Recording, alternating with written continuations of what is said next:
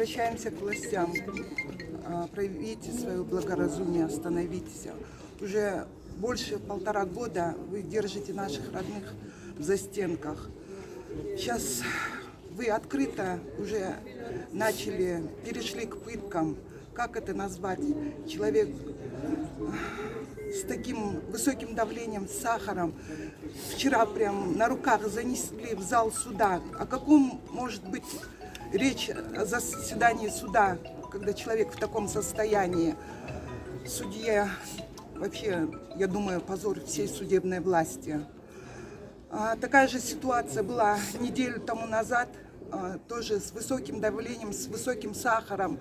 Но несмотря на это, его прям приволокли. Как можно? Это бесчеловечное отношение. Проявите гуманность, благоразумность проявите.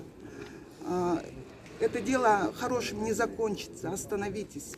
Просим вас, остановитесь. Хочется спросить, кто ответит за все это, если неделю назад, несмотря на это, такая же ситуация вчера повторилась. Что будет завтра? Кто за это ответит?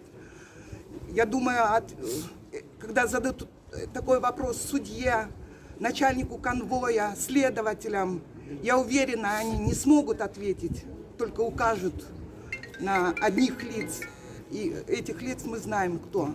Сейчас мы требуем срочно освободить, ему требуется лечение. Кто ответит, если с ним что-то завтра случится? Я прошу, остановитесь, еще раз остановитесь. Ни к чему хорошему это не приведет. Это минус в вашу копилку.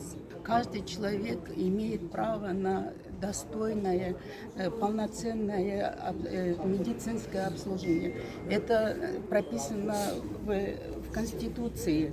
И когда человек с таким высоким давлением, мне кажется, это бесчеловечно держать. И все эти дети, жена, сестры, братья, мы все переживаем. Так что мы очень просим, чтобы его сегодня же госпитализировали в надлежащее учреждение.